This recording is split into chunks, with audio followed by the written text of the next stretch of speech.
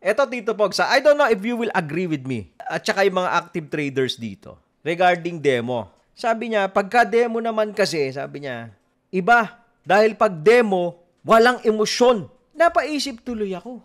Sabi ko, di ba nga, pag active trader ka, dapat wala kang emosyon. Sistema po ang pinagagana, hindi emosyon if you want to win in this game. That's why yung demo is perfect. Walang emosyon. Kasi dapat wala kang emosyon pag nagte-trade ka eh. If you need to cut, you cut.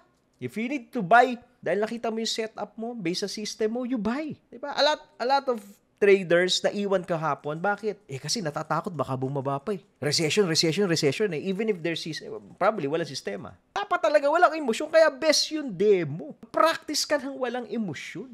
Kailangan manhid ka, sabi ni Tita Angel, oh. Ayun eh.